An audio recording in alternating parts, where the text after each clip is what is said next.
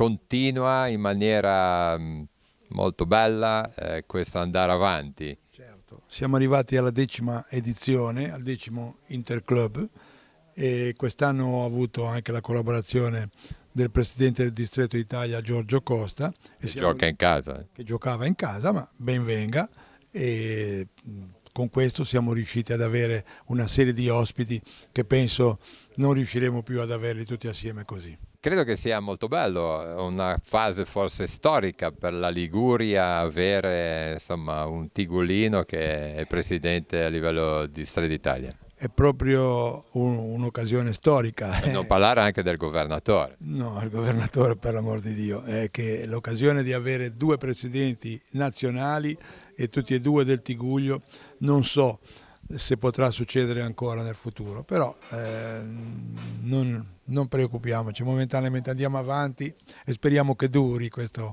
prospettiva ottima.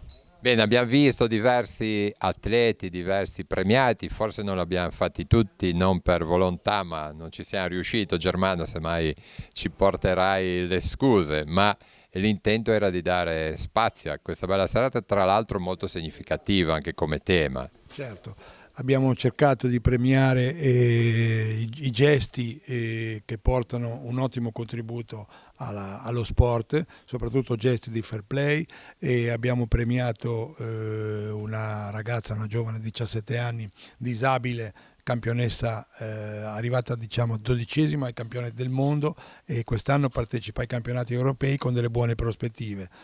E abbiamo premiato altri gesti e perlomeno altre attività sportive di valore, perché come ho detto prima nel discorso mio introduttivo, la nostra è una regione piccola, ma abbiamo tanti contenuti a livello sportivo e tante soddisfazioni locali.